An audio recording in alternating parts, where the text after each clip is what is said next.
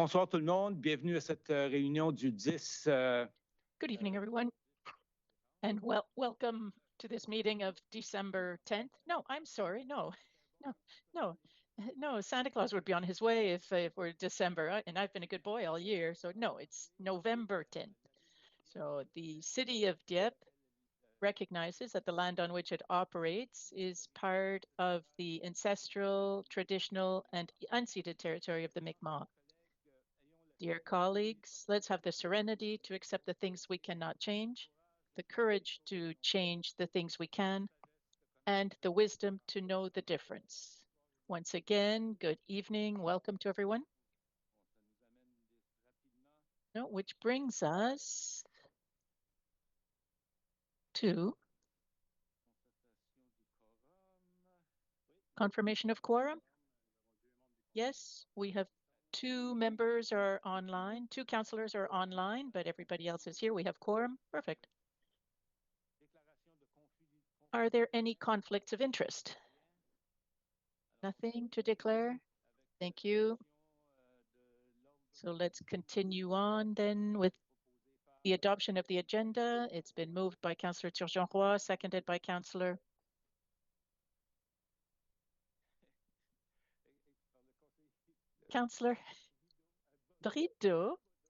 Thibodeau, sorry. I'm really not on the ball this evening. Are there any questions? If not, all those in favor of the resolution will signify by saying aye. Contrary, nay. And I'm a little nervous. There's a big crowd here this evening. So we are going to move to presentations of inquiries.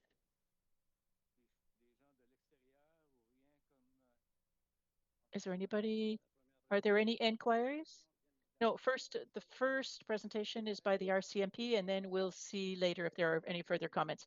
So good evening and welcome, Sergeant.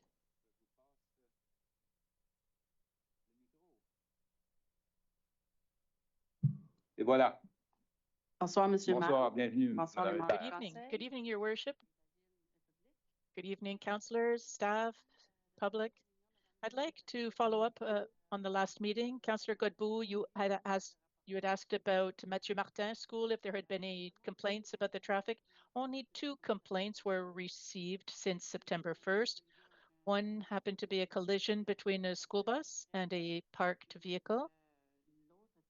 And the other was during the night, at nighttime, that there were some vehicles racing in the parking lot.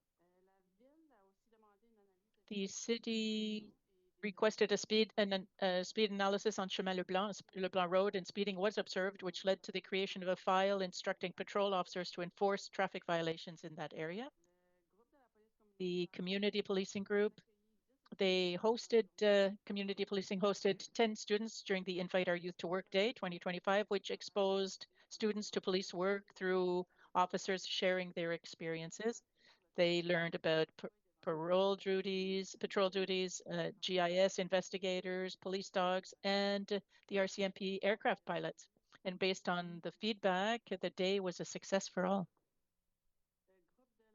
The Crime Reduction Group on October 16th, members of the Crime Reduction Unit and the Integrated Enforcement Unit launched an investigation into the criminal activities of a 47-year-old man operating in the Kodiak region and in other communities in southeastern New Brunswick.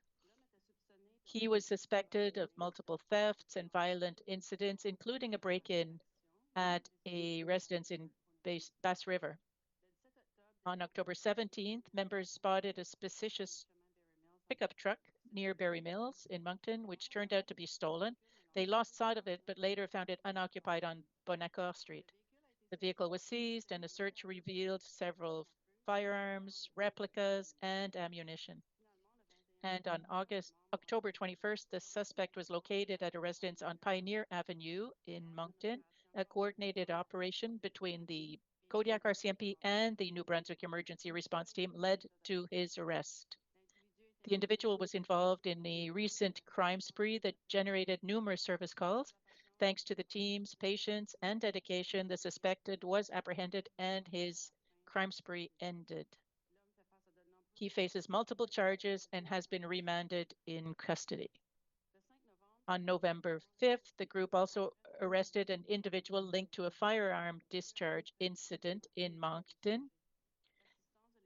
Because of the danger, the emergency response team was called in.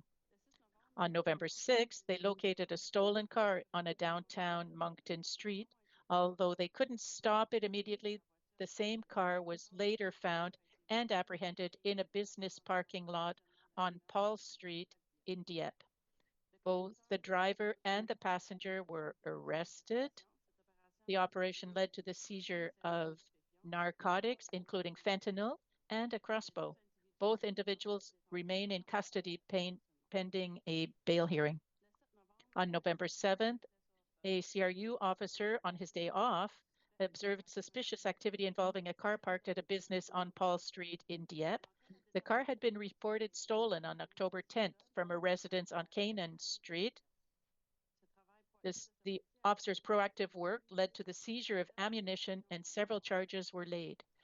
The 31-year-old suspect remains in custody pending a bail hearing.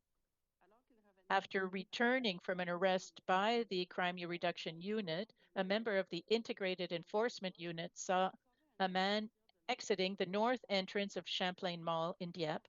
The man allegedly threatened to stab someone behind him. The officer stopped and learned from a witness that the man had also shoplifted inside the mall. The man got on his e-bike and the officer placed him under arrest. He attempted to flee, but the officer was able to get him off his bike. He resisted arrest, but the officer was able to handcuff him. He was ID'd and charged with shoplifting and resisting arrest. He was released with a promise to appear in court. The stolen goods were returned to the shop, and the threatened employee declined to give a statement. The Crime Reduction Unit continues multiple open-air operations to combat public drug use. Now, in terms of the General Investigation Section, on November 22nd, the Kodiak RCMP responded to a dispute involving a firearm discharge on Amiro Street in Dieppe. The GIS continued the investigation and arrested 2 individuals. Sentencing details and they both were sentenced on May 5th. Maxime Pierre Inder received a 3-year sentence in a federal facility, and Ryan Curtis Melançon received a 6-year sentence in a federal facility.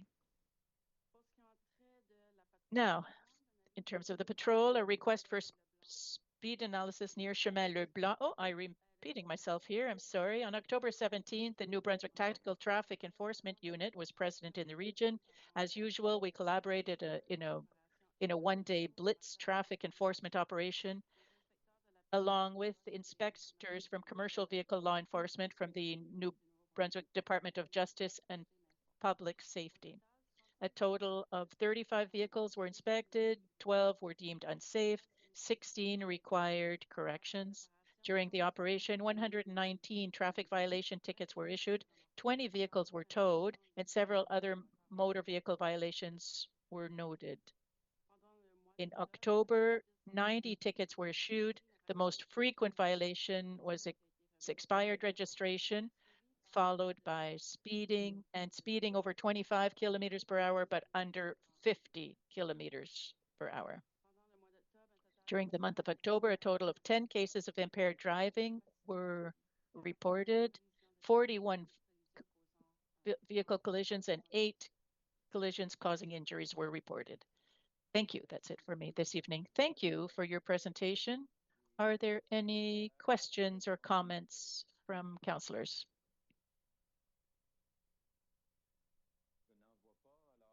If none, well, once again, thank you for the information, and we'll see you in a few weeks. No, tomorrow at the ceremony. Oh, that's right. Yes, we'll see you tomorrow. Okay, now for the next presentation this evening, Alexandre Girard.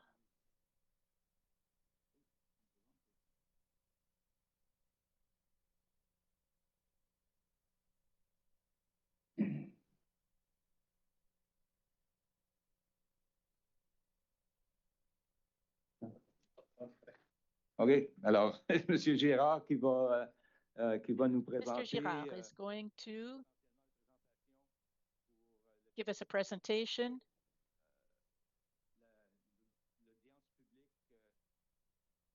pour les nouvelles procédures.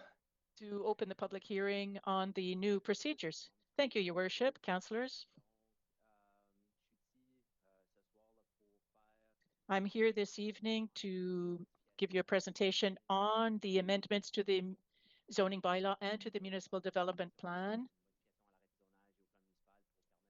in order to allow up to 3 accessory dwelling units in R1 and R2 zones. Just to start out, I'd just like to point out that we are going to have a second public hearing. We're going to have a second public hearing, yes, just right after my presentation, because there had been an error in the original notice of public hearing that was held last month. And because there was that mistake, a typo in the date, we had to set a second public hearing in order to make sure we received all of the objections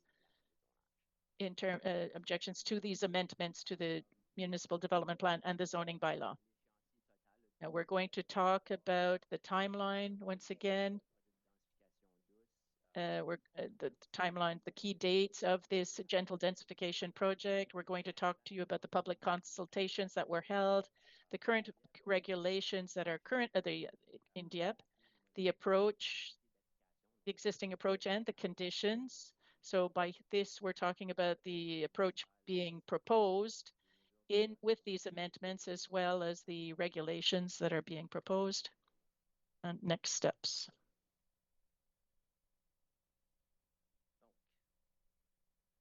So on August 11th, the councillors set a date for the public presentation. We had a public hearing on September 8th, a public presentation on the September 8th. We had a public hearing on October 14th, and following my presentation, we'll have a second public hearing. The Planning Advisory Committee will be meeting on November 19th, and they will make a recommendation to be given to council, who will have the final decision. Now here you see the public consultation initiatives that have already been held for this initiative. We presented these concepts. We were able to speak to a number of residents on these gentle densification proposals. We've looked at it. We've been able to look at different architectural styles, different shapes, different size of buildings as well. We published a survey online that people had the opportunity to give their written feedback on the information that had been distributed during the Growth Forum. We also published the proposed amendments on the city's website. And once again, we have to issue these public notices to inform residents of the legal procedure. So that was the public presentation, the public hearing. We sent a newsletter to inform people as well. And there were 2 notices of the public hearing that were published as well. Now, currently, these accessory dwelling units are permitted within the R1 and R2, R3, RHM zones. So there are a number of zones within the municipality that already allow these accessory dwelling units. But once again, all of this is set in the zoning bylaw. And here, for example, the conditions that are include that it cannot exceed 35% of the gross floor area of the main dwelling. It must be fully serviced. There has to be an additional parking spot. There has to be a shared entrance access with the main dwelling. Now, a garden suite is also allowed in these same zones that I already mentioned. There are different requirements in this case, but all of this is found in the zoning bylaw. For example, here we're talking about it there being at least a setback of at least 2.4 meters from the side lot line or 6 meters from the front and rear. So you don't want it too close to the neighbors. It cannot be more than 4 meters in height and 6.7 at the highest point. This is a question of its size. It has to be located on a lot of at least 900 square meters. It has to have a maximum of 75 square meters gross floor area. It must be fully serviced. One parking spot is required and a shared entrance as well. What are we proposing here as amendments to the municipal development plan? So in this initiative, we can see that there is a need to modify our municipal plan. And so we are proposing to repeal Principle 2, Policy 2, that refers to a definition of densification, low density, medium density, high density residential development. And we're proposing to replace it by this principle of gentle densification. It's more qualitative type characteristics. And so I'll read it to you. Principle 15, it shall be a policy of council to recognize the evolving and diverse nature of housing needs and to respond by enabling gentle densification in existing residential areas through the addition of up to 3 accessory dwelling units to single unit dwellings. And it's Principle 6 would read, it shall be a policy of council to ensure the harmonious integration of accessory dwelling units within residential neighborhoods. It is also proposed that council establish and maintain clear requirements for the addition of accessory dwelling units to regulate gentle densification and ensure predictability in the built environment and parking infrastructure. The approach being proposed here is based on 3 pillars. First of all, it has to be aligned with the municipal development plan. It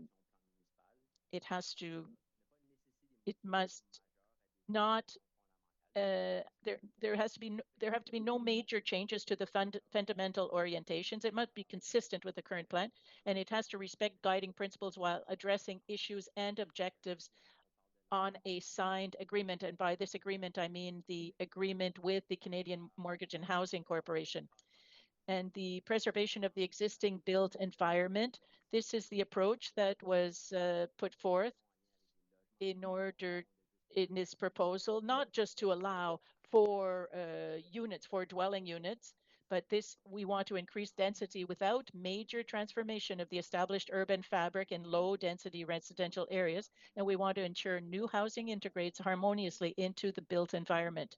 And the last pillar would be the integration of public input. As I mentioned, we had the opportunity to have good discussions with people who were able to look at all of the information that was presented during the growth forum, but also following the feedback that was received. And so what is being proposed in terms of the architecture, the size and the form, this takes into account the majority of all of the comments we received as much as possible. Now here you see all of the different sectors of the city that are zoned R1 and R2. There are a number of areas that will be impacted by this initiative. At the same time here on this map, you see all of the lots in R1 and R2 that have a surface area of 700 square meters or more. So that's the 700 square meters is the criteria, the minimum size in order to be eligible for this initiative. So that represents about 80% of the dwelling units or the properties that are found within R1 and R2 zones. So here you see all of the lots within the RU, RHM, and R3 zones. Now this initiative will allow up to 4 units within these zones. That's already authorized. So this is a development that is currently authorized in the RU, RHM, and R3 zones. So on this map, you can just see where those zones are. and the lots that are subject to that initiative that is already authorized. Now, for the conditions for this proposed gentle densification, here this is a minimum lot area of 700 square meters with a minimum lot frontage of 18 meters. So we have to identify the location, or what you have to identify what is the single family dwelling. So, and you might have the be able to transform the garage or the basement or the second floor in order to add these accessory dwelling units. And of course, there's also the garden suite possibility as well. Once again, the objective is to try and find a way of doing this in harmony with the existing residential neighborhood. Here you can see an example of what's being proposed. You can see the change that would happen with this initiative. You can see that there is an opportunity to integrate it into the existing architecture, into the existing urban fabric. Now, the accessory dwellings have a limited surface area. It cannot be larger than a certain surface area. So we're talking about up to maximum 80% of the floor area of the main dwelling, or 75 square meters. That would be the maximum. It cannot be greater than that. And here we're also introducing the notion of the owner occupant, which is a requirement. The owner has to be the occupant in order to obtain a permit to develop a second or third accessory dwelling unit. Now, the setback requirements: 6 meters from the front lot line, 6 meters from the back, 3 meters from the sideline. We're proposing a limited number of front doors on a public street, once again, in order to maintain the residential character of the neighborhood, to preserve the architecture in the existing sectors. And there is a requirement to have 1 parking spot per unit, per dwelling unit. Or on the side, we would also allow these tandem or stacked parking spots. So the objective here is not to have to mark anything on the driveways. We want to maintain the residential characters of the existing sectors, but it would still be to give people the opportunity of parking in the driveway by allowing this stacked parking. Once again, here you can see the different configurations that would be possible in the front yard, around in the backyard, or on the side yard as well, if it's opportune, if it's appropriate. The next steps, well, on the recommendation from the Planning Advisory Committee to be received on November 19th, with a recommendation by Council on November 24th, after receiving the PAC recommendation. So that wraps up my presentation, and I will give the floor back to the CAO. Thank you, Your Worship. We've received some comments after the announcement of this public hearing, so I will allow you to explain the next steps to us. So we are now in a public hearing session. So with this new procedure, then instead of reading each comment received, we now will summarize the comments. The summary was prepared by staff and this is the first evening we have the chance to use this new procedure, but all of the comments received at the last public hearing were also received and considered. So I will go forth with the summary of the comments. We received 5 comments, 4 of which were against, and 1 was in favor of the amendments proposed. First of all, to express their concerns in terms of the parking on lawns, and a greater number of cars along the road, which its effects on visibility. 2 residents were concerned by the effects on the quality of life and the quiet because of the noise and the proximity of neighbors. 3, 2 residents pointed out the risk of degradation of the neighborhoods because of the lack of maintenance, because of this rental type use and a lack of space for storage, and the reduction, this loss of feeling of belonging. 4th, a resident doubts that the regulations, the bylaws to regulate the gentle densification will be applied sufficiently to mitigate all the effects. And a resident mentions that the possibility of covering the house, transforming a house into a rental units will increase the value of the properties and the taxes. The comments in favor of the project mentions the fact that it allows us not only these affordable units, but also will increase the dynamic nature of these neighborhoods without disturbing their residential character. Financial incentives are an opportunity to support the growing population and of Dieppe and its infrastructure. There was a comment on, there was a suggestion that to increase the lot size of the maximum lot size, thus reducing the number of properties that would be eligible. And that's it for the comments received. Thank you. Now, amongst our vast public this evening, is anybody interested in commenting on the project?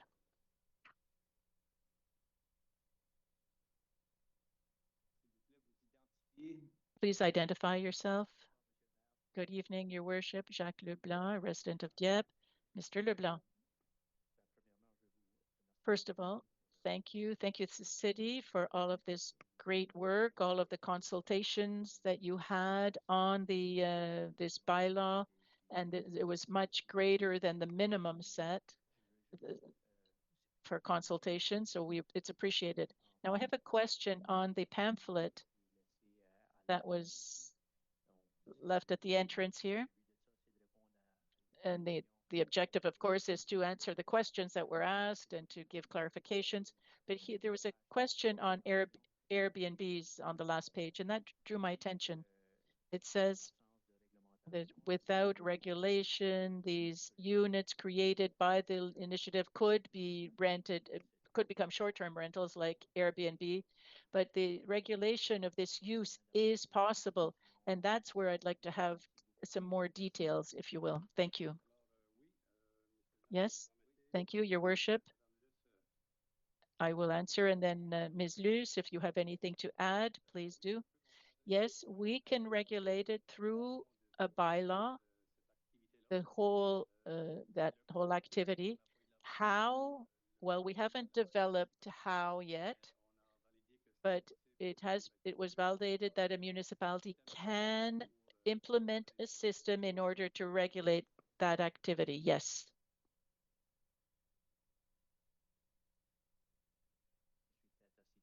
Merci pour la réponse. Well, thank you very much for your answer, Mr. Melançon.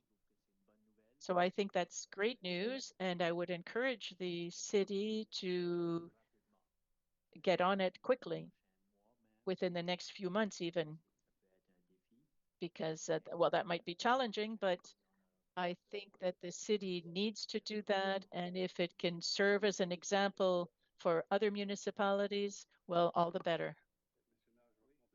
Your Worship, I'd like to add, because I answered the question, but then you said that this municipality could become an example. We're continuing our discussions with the province because we still feel there's going to be provincial regulations. So those discussions are ongoing, and the discussions with the province are ongoing. Thank you. Thank you. Are there any other comments?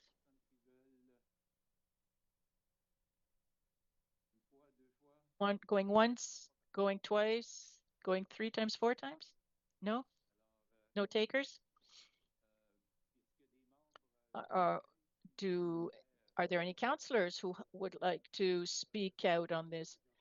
The public hearing is closed if the public hearing has to be closed before councillors speak up.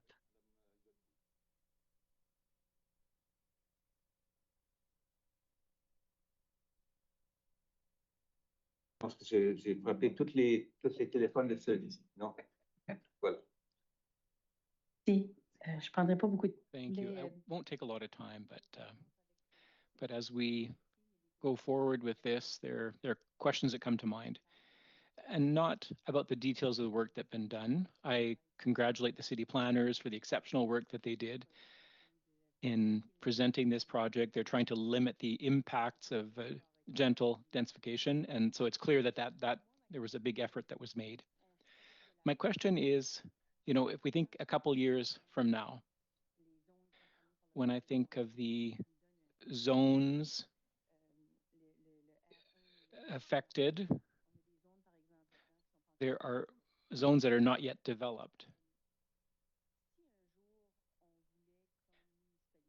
If, as a municipality, in one day there's an imbalance between different types of, for example, single-family homes and multi-residential units, there's a bit of a balance now. Right now, things have evolved over time. But our residents often say, we would like our children to come and to have access to single-family dwellings here. But so one of the questions that I have is that 5 years from now, let's say that there's an imbalance and that there's not a lot of availability in terms of single-family dwellings. Will we be able to put in place bylaws to promote the development of single-family homes, or what's going to happen? I'm trying to think of the future here to understand what kind of flexibility we might be losing in the future.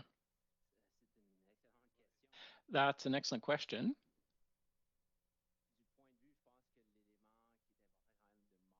I think what's important to mention is that we're not stopping the development of single-family homes.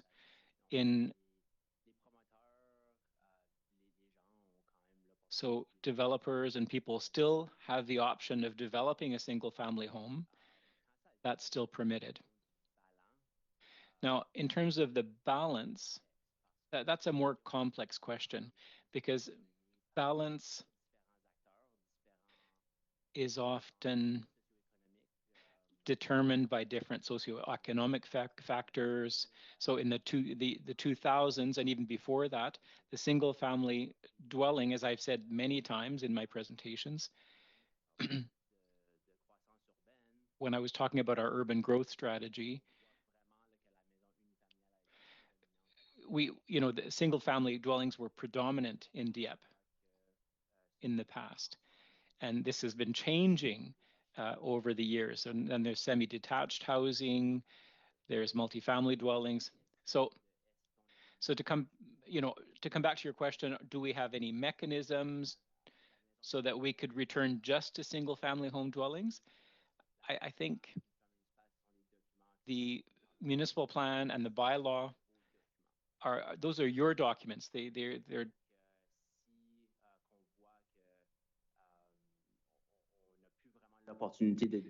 if we see that there is no longer, for whatever reason, that there's no longer an option for single house or single family dwellings, we could look at maybe changing the bylaw or the municipal plan to encourage single family dwellings. But just because we permit something does not mean that it's going to be strictly that type of housing that's going to be built.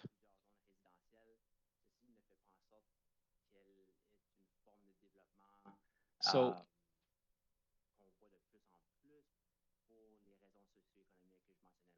I mentioned the socioeconomic factor. There's also the cost of labor, the cost of materials. So all the question around single family dwellings is a complex question. you also have to, take into consideration an aging population. There are demographic changes in terms of culture.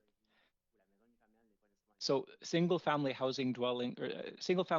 housing may not be as desirable as it was 20 years ago, where we're seeing a trend towards other types of developments.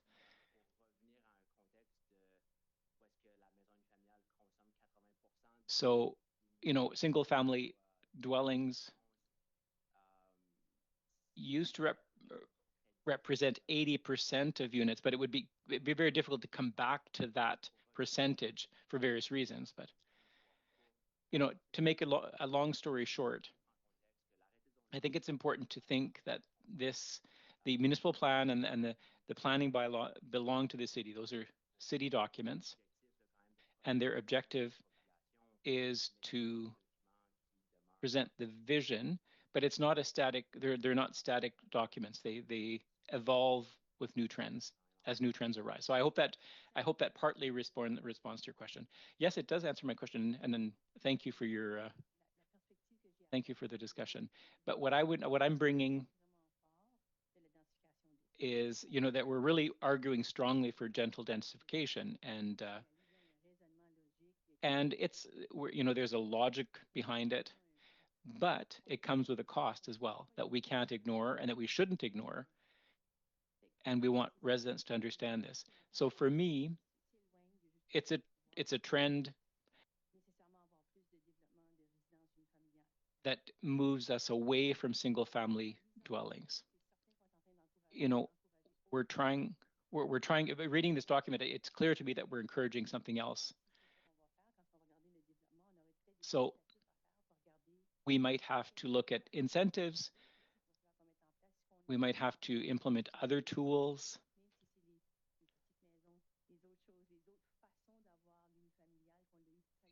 Even if it differs from what we've traditionally had. My concern, and that's a disadvantage of what's being offered here, is that once we've changed the rezoning, it'll be allowed. And we've been told many times that when developers come with a project, we have difficulty refusing their development if it's a use that's permitted. So I just want to be clear with residents that we're, in my sense, or in my understanding at least, that we're losing a bit of flexibility here. We'll have different tools. Once we have the bylaw, that means that this use will be permitted. It'll be difficult to come back and say that and change that in the future if somebody wants to develop single family houses. That's what I'm trying to say. There's a loss of flexibility that we're talking about here. We're losing a tool as councillors. We're going to be a bit limited. That's my understanding, at least. And if I'm wrong, please correct me. Well, maybe I'll add something. If you look at the map that I showed, that showed R3 and RHM wards, or zones rather, those are zones that are already established. We permitted multifamily dwellings in those sectors, but there was still a lot of single family housing dwellings that were built in that area, in those zones. Even if there was the possibility of developing other types of units. So Z or R3 zones is an example of that. So I can see what you're saying. I think another thing that is maybe worth mentioning is that our role as an urban development department is to keep an eye on trends. And the bylaw, as I mentioned, is not a static document. So if there are things, even with the initiative that we're proposing, we're certainly open to making observations and to taking a different look at things and to come up with different recommendations if there are later recommendations that need to be recommended. So at this point, if council wants to go ahead with this initiative, you know, let's say in 2 years, if we see something, we can come back with recommendations. We can tell you, okay, this worked, this didn't work.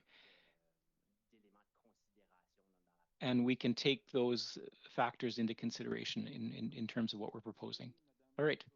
Thank you. Councillor Turgeon-Roy, please. I'm just going to go, I just want to think of the future as well. You know, when I read the questions and answers, I think it's good that answers the questions that the public had, but in terms of what, you know, this is about what we can control now, but in the future, it's hard to kind of predict what's going to happen. So under this, you know, when I look at the question that it's only owner occupants that can make these changes, it's not a developer can't just come in and buy something and develop a new project. But so if I go ahead and put 4 units into my house and I want to sell my house later, what will happen? And we see this in larger cities. You know, unifamily or single family dwellings are developed into, are turned into multifamily dwellings, and then realtors buy them. We see those in the big cities. So that's a worry of mine. So I just want to kind of understand that part of bylaw and how much control do we have over that? And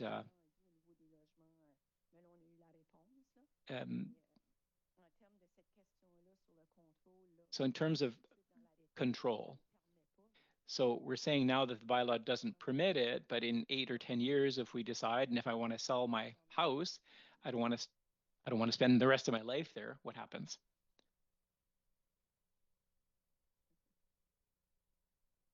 Mr. Girard.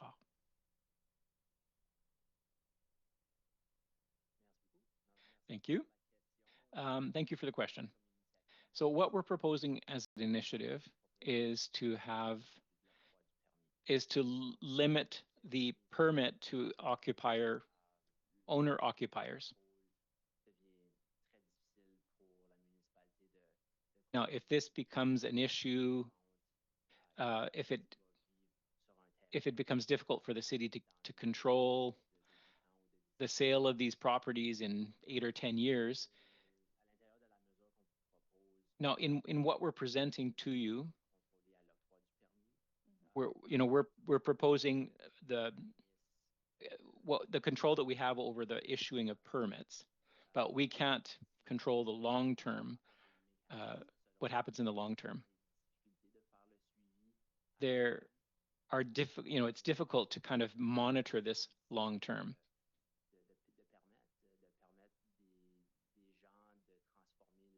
But if we're talking about allowing people to modify their housing to create accessory dwelling units. And that whole, we can control the owner-occupier part at the beginning, but in terms of long-term control, there are limits to what we're able to do. Okay, I just wanted to clarify that because the question says no, based.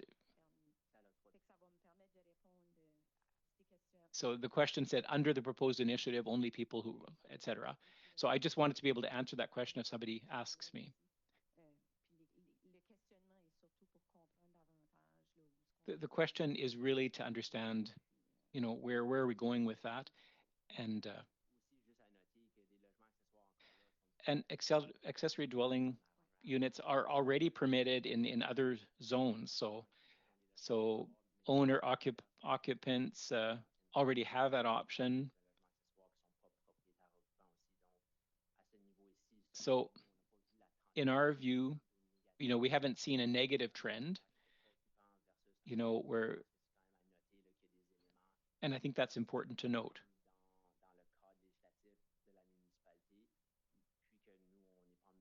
We are not, we can't guarantee that if, or we, all right, I have one last question. I think you've already answered this, but for the public, it's not with this initiative, there's not going to be a grandfather clause. We're not going to. Okay, all right. Your Worship, if you allow me to answer that. Well, there are two other people who want to talk, but no, we looked at that, and we looked at surface area. So the objectives, the federal program applies to everyone, and we're looking, and Alexandre mentioned this earlier, what we can commit to is every year to look at the repercussions and the impact, and if there are significant changes, we'll come to council and say, here's what we see as trends, and we're comfortable recommending something different. But for now, we have one advantage, and that's that other municipalities receive the funding a year earlier. So we see what's happening there in those municipalities. And the trend that we see is that there are no more, it's usually just one or two alternate dwellings that are built. If someone wants 3 units, that comes with maintenance costs. They have to install, that requires major investments, more insurance. So we don't think that people will ask for the maximum number of alternate dwellings based on what we've seen elsewhere.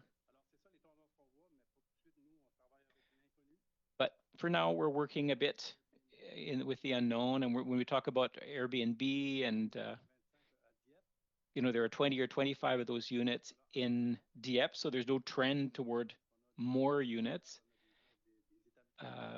But we've got post-secondary institutions that are with students that are looking for housing, but there is no statistical proof from Statistics Canada. And based on what we've seen, we're comfortable with what we see. But that's not what we're recommending tonight. This is still public audience. We'll be preparing a complete report of all the repercussions, both negative and positive, and that will be ready for the November 24th meeting of Council. Councillor Brideau, please. Thank you, Your Worship. I'm happy that Councillor Turgeon brought this up. I have the same concerns as well with regard to this project. And just so that I understand here, if I have a property that I reside in and that I want to convert into 2 or 3 units, what I understand is that I have to live in that property, right? Is that correct? You have to be the owner. Yes. Okay. What worries me is that, in the future, what sort of control do we have? Now, you've just mentioned this. It's very difficult to, foresee what's going to happen in 3 or 4 years. So let's say I decide I'll keep it for 2 or 3 years, and then I decide to sell it. And the new owner that has no requirement, at least from what I understand there, if the units are already created and they're already there,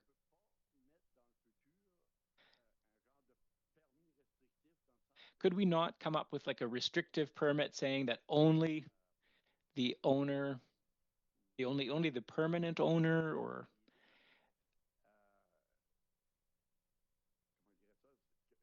I'm not sure how to say this, but the permit won't be transferred to the new owner, or we have no control over that, right? We have no kind of guidelines with regard to that yet, eh? Well, we did some checks following a question mentioned by somebody in the public. Beyond requiring that it be the owner, we have no further power. But so this was the, this is the question and answers document that we developed following questions that we received from the public. We're trying to be as transparent and complete with the information that we can. So just read that document if you have it.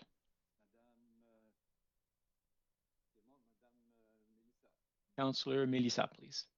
Councillor Jeannet. Thank you, Your Worship. First of all, thank you, Alexandre. Thank you for your work with on the presentation that was made, and for all the answers that have been provided up to now.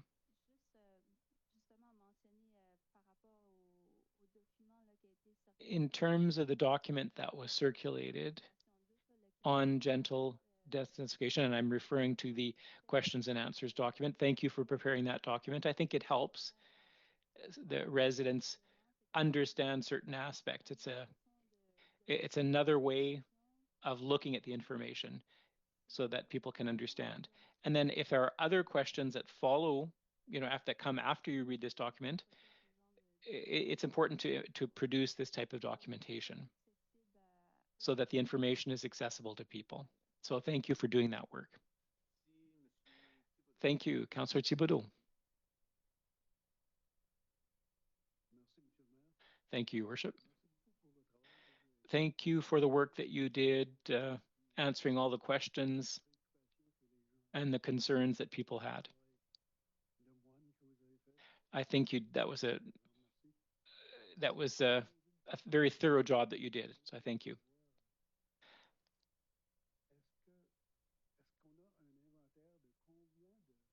Do we have an inventory of the number of lots that are over 700 square meters? Are there lots of properties that will meet the requirements?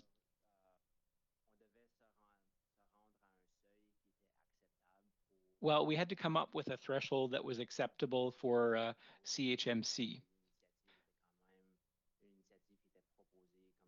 They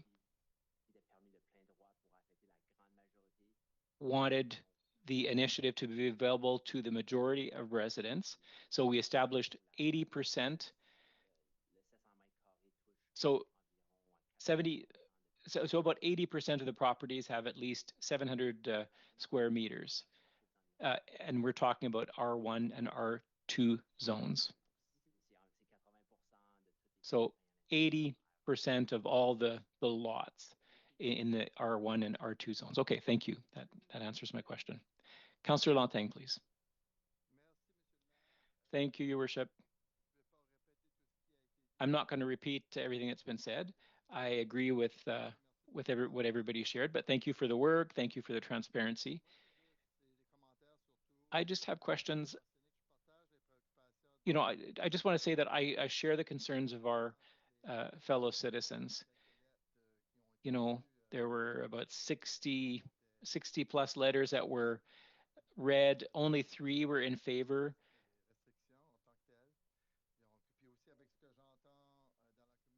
And then, from what I hear in the community, what I'm hearing in the community, it's the same thing. Now, I know that things are moving, things are evolving, and with immigration and the status quo is not necessarily the solution here. But, if we want an organized city with different zones, I have difficulty with the idea that we could apply this to existing zones. I can see new developments, in an area of the city, if there's a new development that a developer wants to do. I could see it working in those developments for people who want to buy properties there, if they know in advance that what will be permitted. So that's basically my comments. And I understand that with the restrictions that we have, you know, we won't have tons of these requests or tons of people that will want to develop these units, but the option will still be there. I'm also concerned of, you know, about the control that we may lose. If we could make sure that, you know, when an owner sells a property and that there are rules in place to allow to require the new owner to stay in the building, but I understand that we can't do it. So I do have some reservations about this project, but I also recognize that you know, where this comes from, it comes from a place of wanting to create more affordable housing. We won't settle this issue tonight, but that's how I see. That's my perspective, and we'll see what the PAC committee recommends. So no, it wasn't 60 or so letters that was received, it was 30 or so. Councillor, well, I'm not going to repeat, but you know, I have the same concerns. I've experienced in my ward, I experienced people from outside buying a house as an investment. They finished the basement, and so then it turned into 2 units. And you know, the trend is people buying these big houses. They don't come from the region. They don't come from here. You know, I don't want to. If people live in the house, they're more aware. They're more sensitive to the community. So I don't know what this is going to look at. We've never seen this before. But you know, where is this trend going to lead? You know, will this lead to big houses being bought and then divided up? That's all I wanted to say about this. All right, thank you, Councillor. I think everybody had a chance to say something. Any quick questions? Okay, go ahead.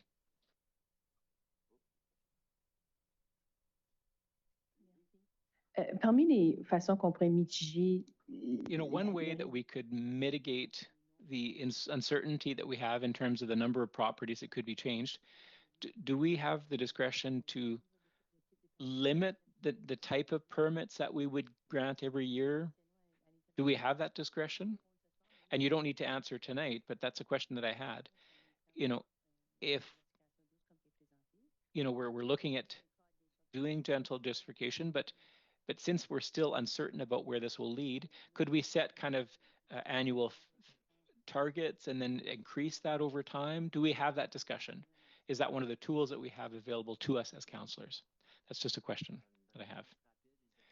A quick question or a quick answer, I would think no, but we can do a bit more research and come back with something written for the November 24th meeting. You know, if we never have quotas for other things. It's more how do we govern or regulate this type of permit, but I've never seen, you know, controlling the total number of permits that we can issue for a certain type of usage in a given year. Well, if we formulate it saying that we want to prioritize other forms of construction, well, you know, if a request is made, we have to issue, like, and if that it meets the requirements, we have to issue a permit.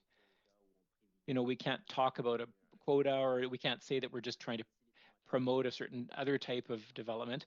If developers come with applications that meet our conditions, we will have to issue the permit. All right. A question for Alexandre. So the plans and the objectives that we have to meet, what are the number, what's the number over 3 years that we have to meet to keep access to the funds? So the agreement talked about up to 20 units over 3 years. So here we're talking about 20 units or accessory dwelling units to have access to that funding, to receive that funding. So just to give you a bit of context, we should have maybe started by asking that question at the beginning. So we're coming back on the 24th, Your Worship. So yes, so this discussion is now closed, but we will come back on the 24th, you said? Yes, November 24th, exactly. Okay. Where does that bring us? Well, that brings us to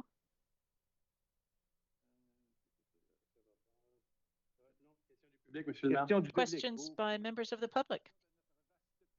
Are there any questions by our vast public this evening? Just a second here. Let me turn on your mic. There you go. Good evening, Your Worship. Jacques Leblanc, resident of Dieppe. Mr. Leblanc. As I thought that while I'm here, I'd take advantage of it to talk about something that I've already brought up with certain councillors. And I was talking about and you're going to talk about a real estate project or capital project. You're going to vote on next year's capital budget. I asked for a sidewalk on Aucoin Street. Aucoin Street is where the Auberge du Soleil is located, just off Dieppe Boulevard, just north of Melançon Street.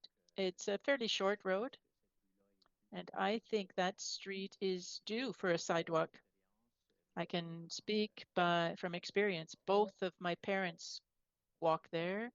Well, my dad is deceased, but my mother goes there regular, and I go there regular, and I see that people are confined to the property because the street is very busy with all of the traffic entering into the subdivision. There's these huge buildings right across the street, and with a lot of traffic that causes. So I think it would be a good candidate for the city to act before the two buildings across the street are completely full.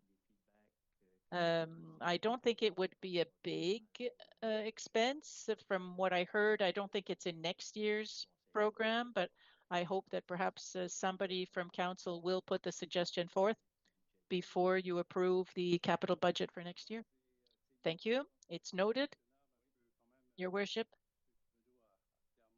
Yes, Mr. Thibodeau has already shared your situation, Mr. Leblanc, so we're looking at other alternatives perhaps, but it's not expected in 2026. We also have to draw the plans and get the specs, as you know that from your own professional experience, but there might be an alternative to give access to the trail along Dieppe Boulevard. So the staff has put on their thinking hats, and we're working on it. Thank you. So I will let people think about it and come up with a solution that will be available for the residents of the subdivision as well as the residents in the home for seniors. Thank you. Thank you. Is there somebody else who would like to speak up, who would like to have a discussion with us? A little chat. Thank you. Please identify yourself. Yes. My name is Philippe Hébert, and I'm an investor. I'm part of the Domaine des Roches group. My subdivision is already on your agenda, so I don't know if I have to present my case now or perhaps it might be better to wait until we've reached point 11.4.2. That's when we'll be talking about it. Okay, so I come back then. I'll thank you. Thank you. It's noted. Thank you. Mr. CAO.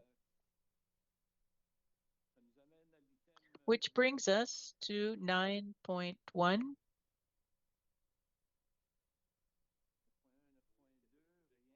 Rien sur le site web ce soir, Monsieur le maire? Non. No, there's nothing from the phone or the web. So item 10, adoption of the minutes of the regular council meeting held on October 27th. Who would like to move it? Moved by Councillor Thibodeau, seconded by Councillor Tirjean-Roy on the question. All of those in favor of the resolution will signify by saying aye. Contrary, nay.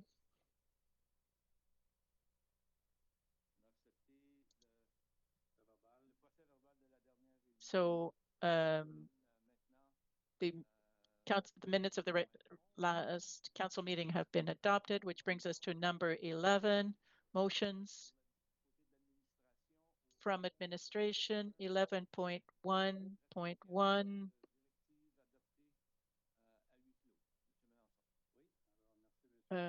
Ratification of the directives adopted at closed meeting. Yes, so there have been a number of directives that are adopted at closed meetings. There are 6 of them this evening. The first are on land parcels related to the Dieppe Boulevard extension that was adopted in August 8th, 2022. There was also a land purchase on April 8th, 2024. The third is an expropriation of some lots in the Pointe-au-Renard area. This expropriation was so that the municipality can obtain lands for public purposes. That has been done. Another resolution for another expropriation for Dieppe Boulevard adopted on January 27th, 2025. That has been completed and discussions are still underway with the owner. The fifth is a land purchase on Marguerite Street. That Marguerite Street is a dead-end street, and so it's at the end of it to allow the turnaround of vehicles. So we want to buy a little property to allow that. And the last one is the extension of the food concession contract at the Uniplex. The agreement ended on August, so we've asked for an extension. The concession is still present there at the Uniplex, and this is for the reading of these motions this evening. Who would like to read them? Go ahead, Councillor Brideau.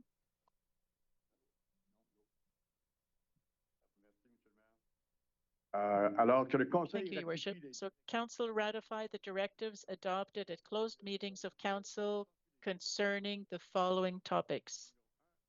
1. Purchase of 9 land parcels for Dieppe Boulevard extension adopted August 8th, 2022.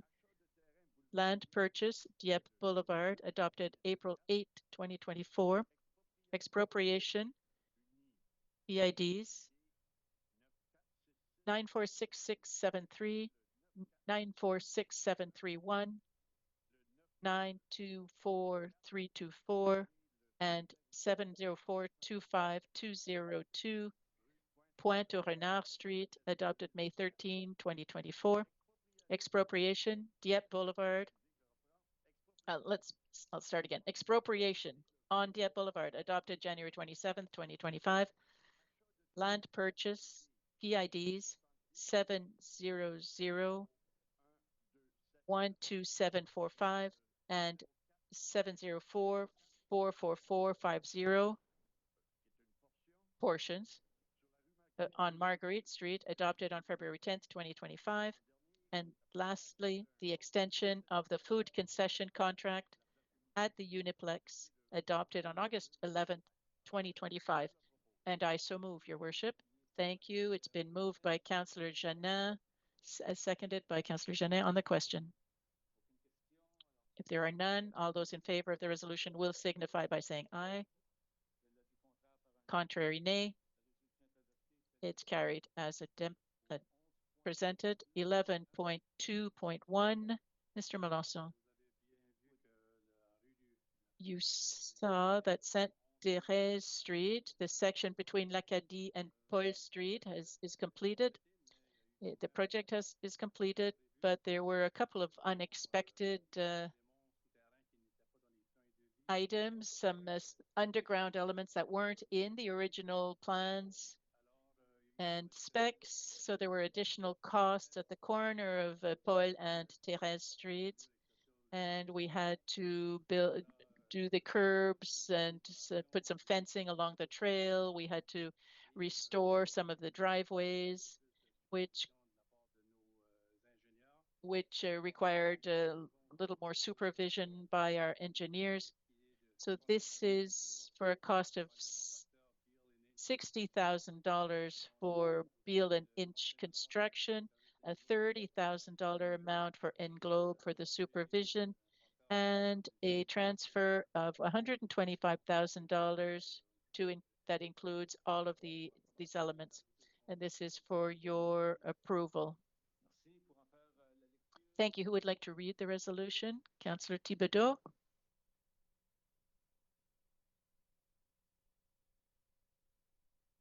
Voilà. Merci, Monsieur le Maire. Thank you, Your Worship. That Council authorize an addition to the contract for the project entitled Reconstruction Sainte-Thérèse Street with Beale and Inch Construction Limited at the cost of $60,000 plus HST, and further authorize that this expenditure be defrayed from account number 3-3-35-58-7676, General Capital Budget, Reconstruction Sainte-Thérèse Street, that Council authorize an addition to the tender for engineering services related to the above-mentioned project with Englobe Corp. At the cost of $30,000 plus HST, and further authorize that this expenditure be defrayed from account number 3-3-35-58-7676, General Capital Budget, Reconstruction, Sainte-Thérèse Street, and account number 4-3- 90-58-7676, Water and Sewer Capital Budget, Reconstruction, Sainte-Thérèse Street. That Council authorize a budget transfer in the amount of $125,000 from account number 3-3-35-58-7660, General Capital Budget, Reconstruction, Gauvin Street, Gauvin Road, to account number 3-3-35-58-7676, General Capital Budget, Reconstruction, Sainte-Thérèse Street. And I so move, Your Worship. Thank you. Moved by Councillor Brideau? No, I'm sorry. No, Thibodeau. And seconded by Councillor Turgeon-Roy on the question. Councillor Brideau. Thank you, Your Worship. Just a very simple question. Sainte-Thérèse Street, is it scheduled to be done next year? We're going to wait until the budget is adopted on November 24th. That'll be part of the budget discussions, but it was presented during the budget process that it would be done in the 2026, the new phase. It has to be voted on by council, but yes. Thank you. If there are no further questions. Oh, sorry. Sorry, Councillor Godet. Thank you, Your Worship. Just a question. I don't know if it's a good question, but I'll ask it anyways. 60,000 and 30,000 are 90. Why did we transfer to 125,000? Mr. Cormier, do you have an answer? If not, we'll ask our Deputy Treasurer. Councillor Godbout. Ms. Godbout? There are some amounts for the fence, $11,000. I mean, there are some amounts that weren't large enough to be in the resolution, but they still are, they're added to the 90,000. Thank you. Councillor Thibodeau. Thank you, Your Worship. Now, on the 125,000, I assume that there was a surplus during the reconstruction of Gauvin Street? Yes, that's right. Thank you. I see no other questions. All those in favor of the resolution will signify by saying aye. Contrary, nay. It's carried as presented, which brings us to 11.3.1, the adoption of the master plan or Parks and green spaces. Yes. So this has been a long piece of work that's lasted over 20 months with consultants, and council was advised and informed throughout the process. And there was a presentation in May 2025. And so this evening, in order we can align all of our future plans, we would ask you to vote on this acceptance of this master plan so that staff can work with it. And as I said, this is what we need to establish our priorities to make to work within the municipality of Dieppe. So it's for this to accept this report. Who would like to read it? Councillor Turgeon, that council accept the 2025-2034 Parks and Green Spaces Master Plan. It's been moved by Councillor Turgeon, seconded by Councillor Jeannet on the question. Questions? Councillor Godbout. Thank you. I just wanted to clarify. There was a presentation on May 10th and May 20th. Were there any changes between the draft that we saw that day and the final report that we received? There were no major changes since May 20th. Well, it's best to get the answer.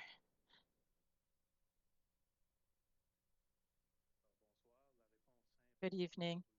Yeah, the quick answer is no, there were no changes since May.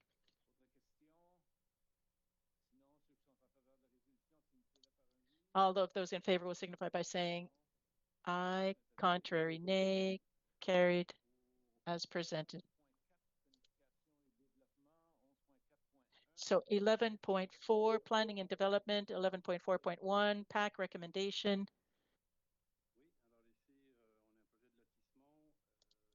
Yes, so this is a subdivision plan. Staff analyzed it, and we need land for public purposes, or LPP. So it's recommended that we take the 8% of the market value that was recommended by the PAC, the Planning Advisory Committee. So this is for approval of this recommendation to accept $21,000.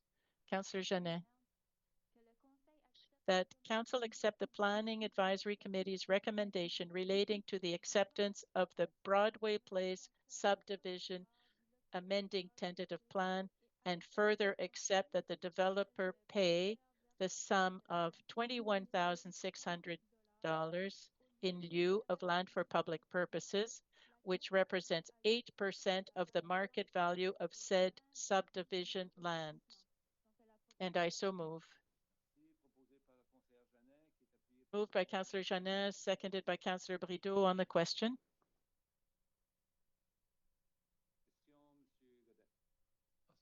Councillor Godet. Okay, just a question on the 8% of the market value for land for public purposes instead of land for public purposes, because this is in an industrial zone. So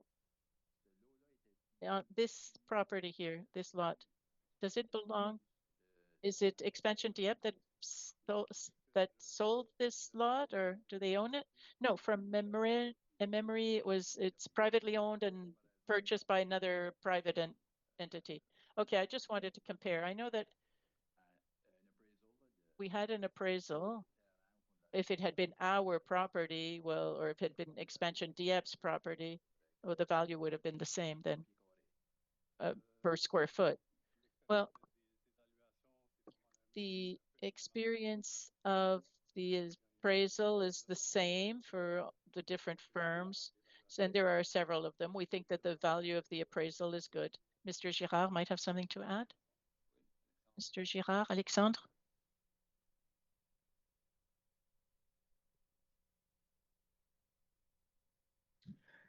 Merci, Monsieur le Maire.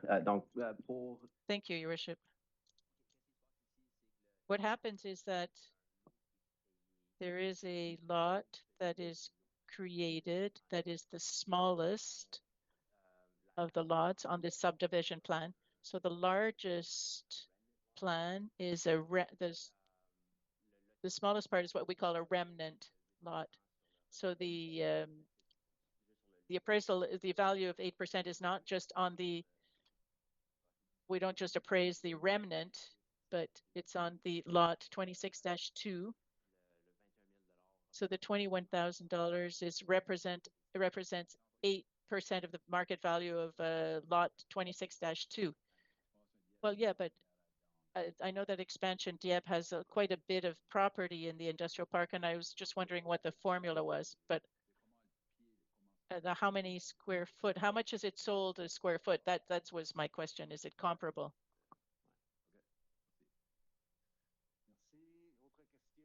Any other questions?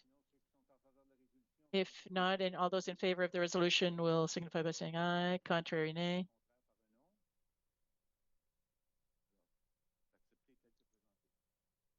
Carried.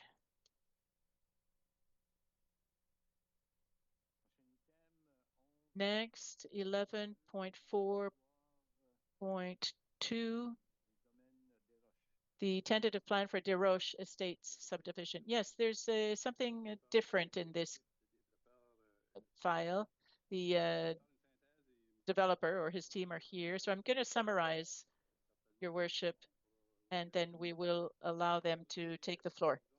Here you have an example of where the whole municipal reform and the adding of the new territory, there was a subdivision that was on the new territory and it became part of the city of Dieppe, and the developer had a business plan, and then we know what followed. But following the reform, they have to respect the conditions and the rules of the municipality.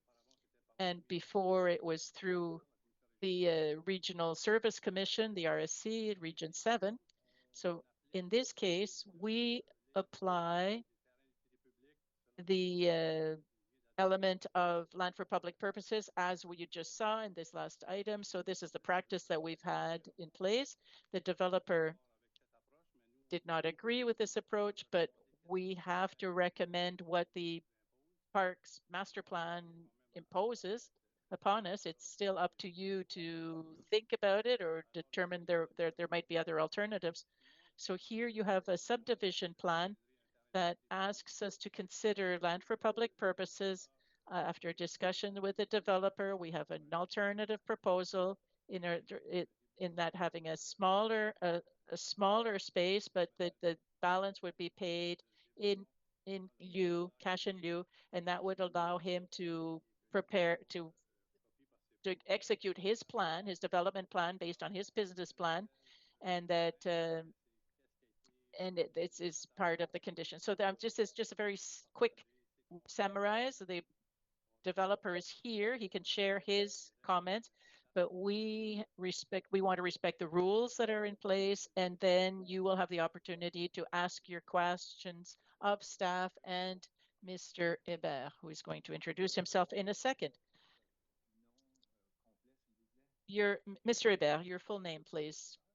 Philippe Hébert. Thank you. Thank you. Yes, I'm a part of the group of investors in this development. We've had good discussions with the city. We've gone before the PAC. We've had the approval of our motion at PAC, and so we're at the last stage here. And I just wanted to mention that this development, phase 1, is already built. The approval process from the Department of Transportation is different from the cities. I just wanted to point that out because there are certain things that are a little weird because the situation is somewhat different from a normal situation in the city.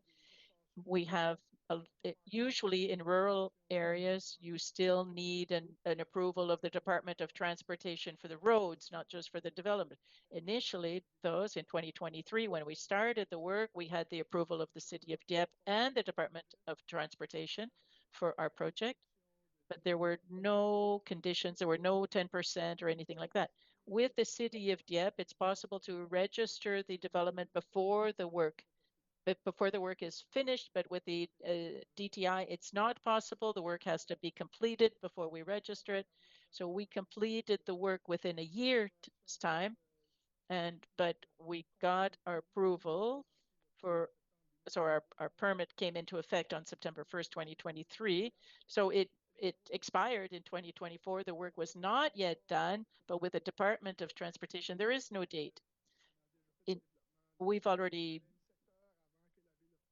done development in other sectors before the city took it over, and we'd never gone through the same process. It was a surprise for us this summer that we had to change, that we needed LPP all of a sudden because we weren't expecting it.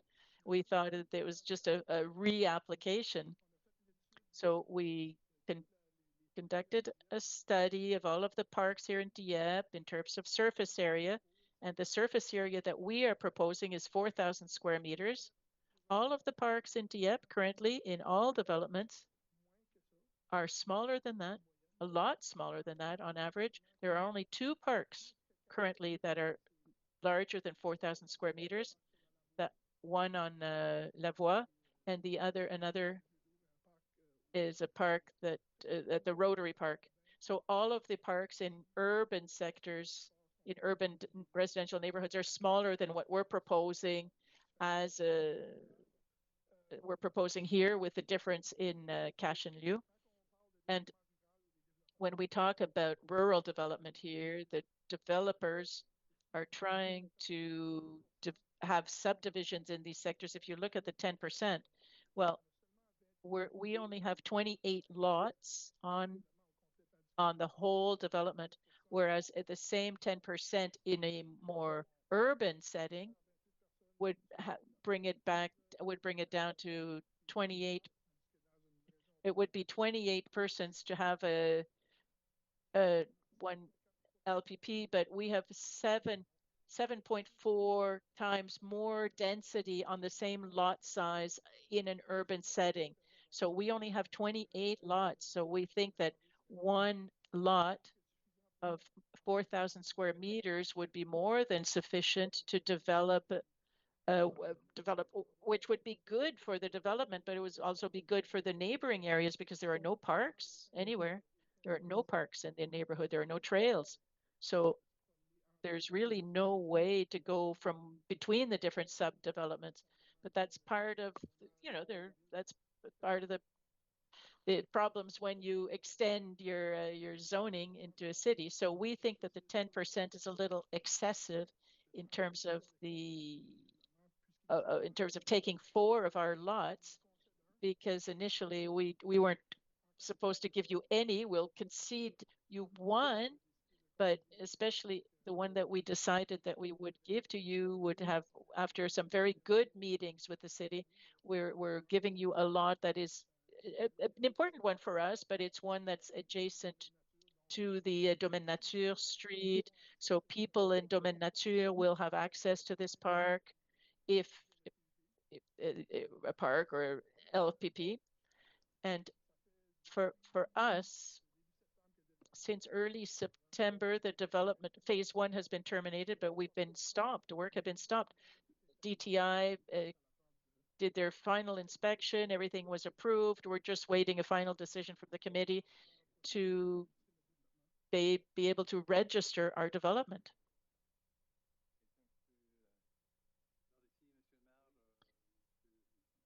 So, Your Worship, Mr. Hébert has made his presentation. I don't know if councillors have questions for him or for staff on this file. No questions? Yes, there's a question. Councillor Godbout.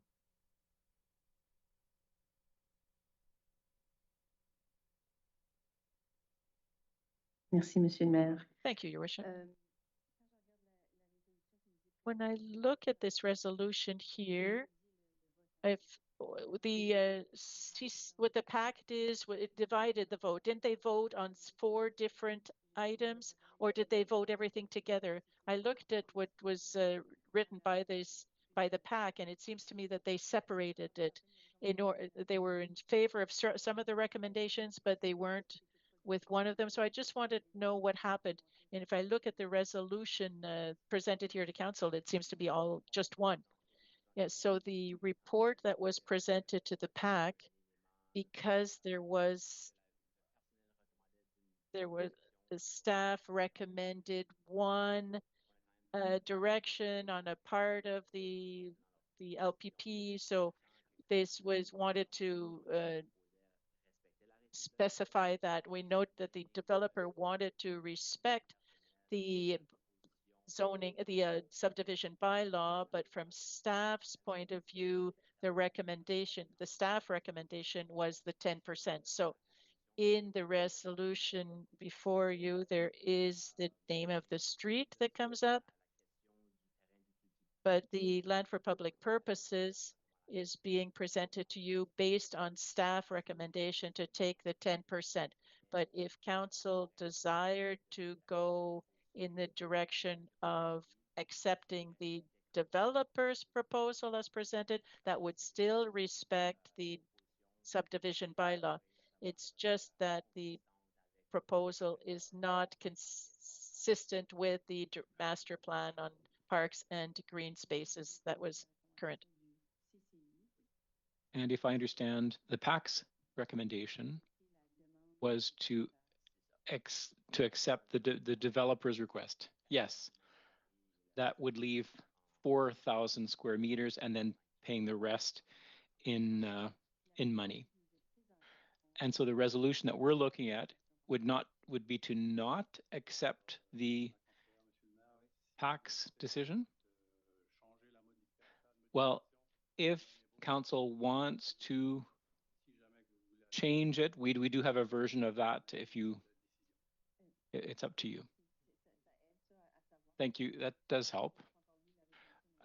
We haven't read the resolution yet, so thank you for accepting these questions. This is a very peculiar situation. I have two things to say. One, for the developer, it's it's great that you've come. The regulations change kind of halfway through the project. That's what I've understood. And when you come to the table, it's very easy to have a discussion. I think the PAC's committee are persuasive. I don't know if you could talk, Alexandre, a little bit more about the discussion that had at the PAC.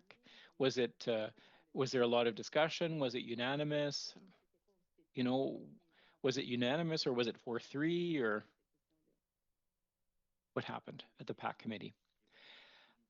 I wasn't there. Francois was there, my colleague. He was there representing the department. But I think,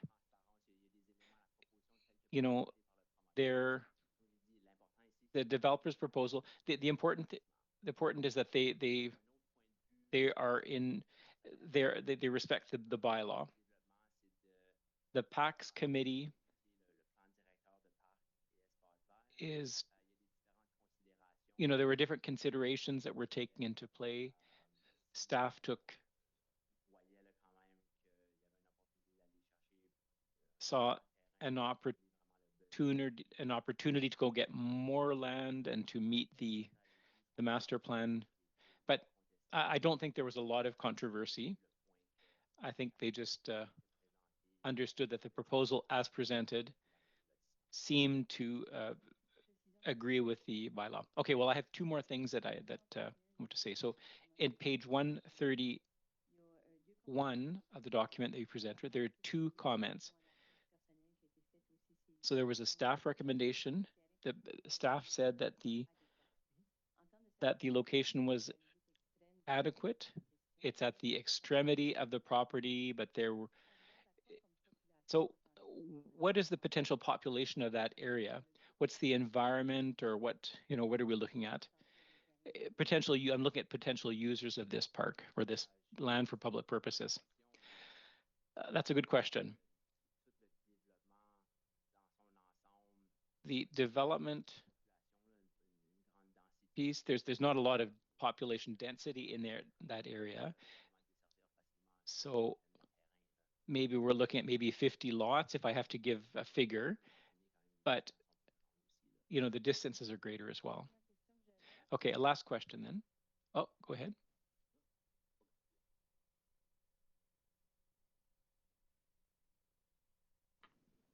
Oh, okay. De retour. Do during the PAC meeting, you know, they do their job, they're doing their work. But, you know, I worked a lot with staff. We had a presentation. I have a few pages there. I had a few pages, so it was easier to see the context. Today or tonight, it's difficult. It's more difficult because we don't have that with us here. It wasn't a contentious discussion, but it took a half an hour just to give the contextual information. It's a bit of an unusual situation that we haven't seen often. But this could be something that happens again in the future. So I think it would be worth, you know, when you take a possession of a rural a lot, you know, what happens if there's a change. But I understand that it's a bit difficult to kind of imagine what happened at the meeting, because I mean, staff had coached me that it was a good meeting. It might be a bit vague or difficult to imagine, but things went well at that meeting. Right. I'm not surprised. We have we have staff that are very professional. Okay, my last question is, you know, we're talking about surface area of the LPP. In the documentation, we're talking about the Master Parks and Trails plan, and we've just adopted a new plan. But can you give us a bit of context? If the, you know, does the new plan reconfirm the same decision, or does it would have an impact on it? If there's something that in there that can help us make this decision tonight?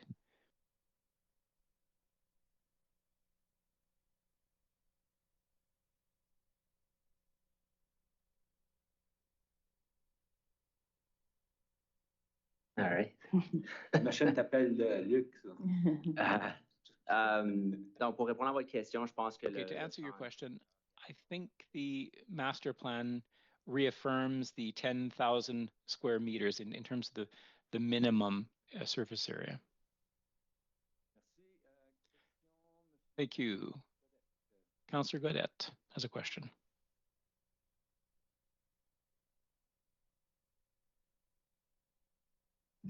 Merci, Monsieur le Maire. Thank you, Your Worship. Now, have we might there be other situations like this in the future? You know, where construction begins before a reform, and then it's difficult to answer that question, but this is the first time that we've seen this type of situation, yes. And Mr. Girard, I don't know if you've had other conversations, but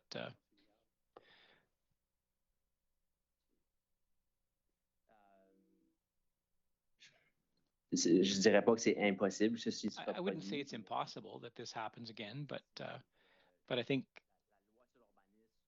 you know, the Urban Planning Act, you know, binds our hands a bit, ties our hands. You know, it says that an approval is good only for 1 year. Now, in this case, the approval had expired, and then there was a new requirement added.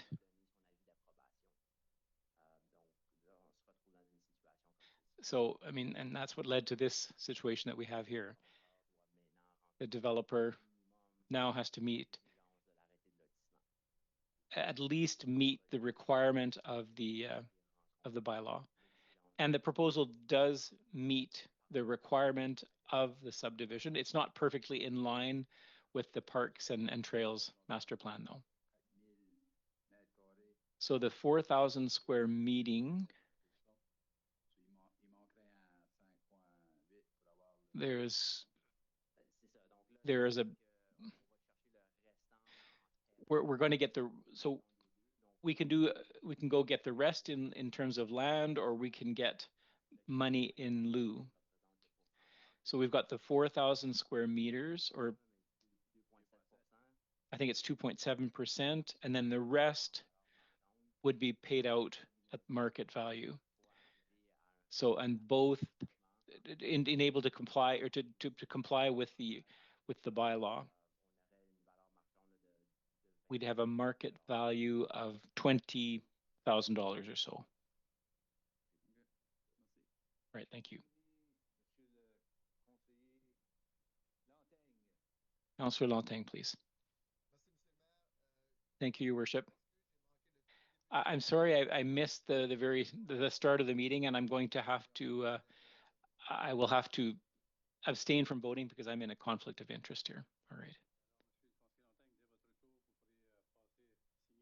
All right.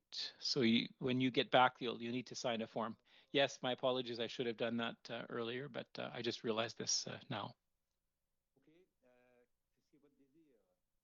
So what does council wish to do?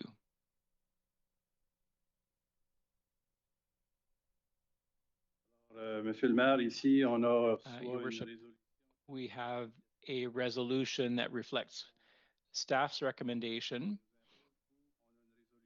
and we have an alternative resolution that agrees with what the development. So the only thing remaining is to see what council wishes to do. Does anyone want to speak to this? I would like to, please. Councillor Lanting? Councillor Leboutier. Okay, I hadn't seen her hand, sorry. Go ahead, Councillor Leboutier. Can you hear me? Yes. I would like to propose the second alternative. Why? It's because this is an exceptional situation. When we consider the interpreter is having difficulty understanding the speaker here, I think it's reasonable to consider that choice, but I will let the other councillors speak, but I would like to see the second option.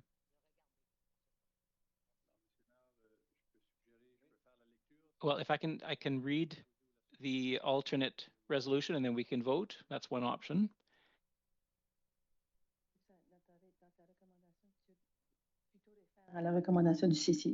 So you're talking about the PAC recommendation, or to me it's persuasive.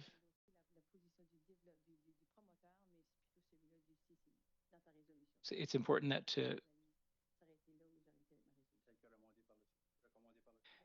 as amended by, or as recommended by the PAC.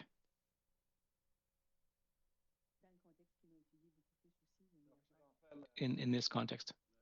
Okay. Well, let me read the resolution first, and then you can vote.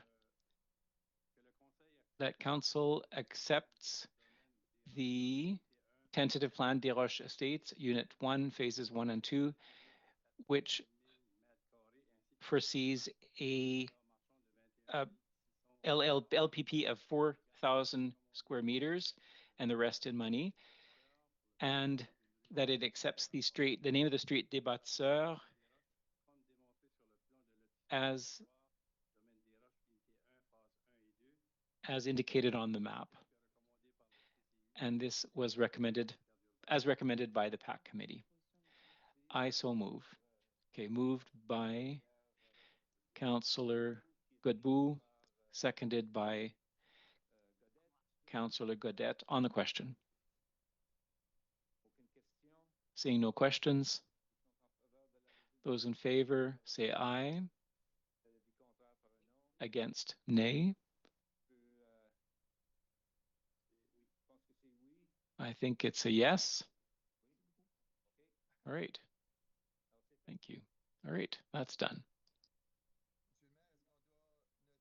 Your Worship, should we note an abstention? Yes, please. That's been done. We'll put that in the minutes, Councillor Lanting. All right, thank you. All right, that brings us to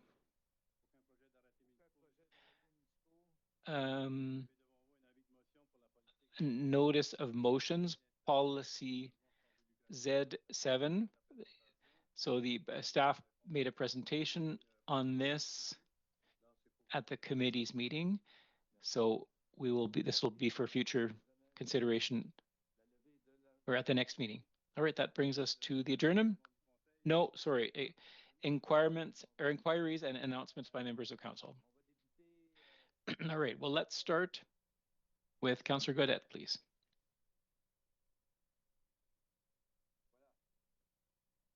Monsieur le maire, moi, Thank you, Your Worship. I wanted simply to add that I'm on the Santa Claus Parade Committee. Santa Claus will be coming back to see us. Oh, well, we've been good kids. It'll be on November 22nd, and if the weather's not good, it will be the next day, and it will start at 5 p.m. All right, that's good news. Councillor Boutier. Nothing for me this evening. Councillor Jeannet. Thank you, Your Worship. I just wanted to mention that I attended the AGM of Magma on October 23rd in the morning. A number of prizes were given to people from the community for volunteers. There was also recognition of certain employees who've been with Magna for a number of years. And my favorite part of the event was that at the end there was a discussion panel that discussed the living library activity that they organized, and I found it to be a great experience. It was great to hear the experience of the people, you know, when they came here, what they lived through. So thank you to that organization for the work that they do every day. And another organization that we have here in Dieppe is CAFI. CAFI this week will be holding its Monde en Fête Festival. I won't be able to attend this weekend, unfortunately, but I just wanted to encourage the residents to check out the programming. It's usually a very interesting program. So there will be the En Blanc Gala on Friday evening. That's all for me. Councillor Brideau. Thank you, Your Worship. I have nothing except that I wanted to say. I want to wish, it's Veterans Day tomorrow, it's Remembrance Day, so we encourage people to come out and to celebrate this opportunity to celebrate or to honor our veterans. And it will be held at Mathieu Martin. So everybody's welcome. And please don't hesitate to go and there'll be, it's a beautiful ceremony. So don't hesitate to go and say thank you to the veterans. Councillor Brideau, please. Thibodeau, sorry. Thank you, Your Worship. Speaking of ceremonies, this morning I attended a special ceremony at École Mathieu Martin. It was organized by the students. It had to do with the Remembrance Day. And it was a learning event for them. They had to do research on the origin of the poppy.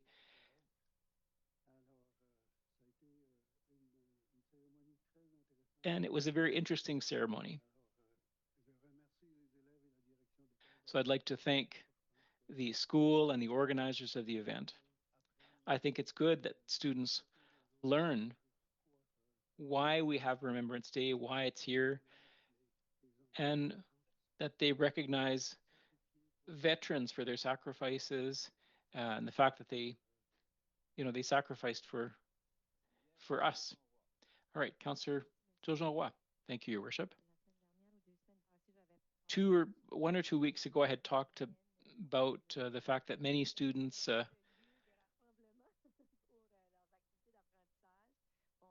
come here. We have political science students here tonight with us. Emma and Felicia, we know her well already because she's very involved in the community. So welcome. I hope that you enjoyed this meeting and they want to take a photo with us after. So we're very fortunate. So after the meeting, we'll be taking a picture with them. Thank you for being here. All right. Councillor Godbout. Thank you, Your Worship. I will be joining you, Councillor Brideau, tomorrow for the Remembrance Day activities at Mathieu Martin, and I invite the public to come and join us as well. Tonight, I also wanted to, this is a great opportunity for people in the room and people online to see the great work of our staff. So our city planners did a great job tonight. You know, you're giving us the information that we need to make our decisions. So, and it's important that we recognize. So the spotlight changes on various members of the team each evening, but I wanted to thank you. And last things, with the other municipality or the Riverview and Moncton, we continue to talk about the CRPA budget, and we hope to be able to come back with comments when we vote on the budget next week. So that's what's keeping me busy these days. All right, thank you. Councillor Lanting, please. Thank you, Your Worship. Nothing from me, except I want to take this opportunity to salute and thank all our veterans, men and women alike. I don't know if so thank you for giving us liberty. I have nothing to add myself, so this was a good meeting. We did good things. We're proud of the work that we do for our community, and let's not give up. So have a nice evening.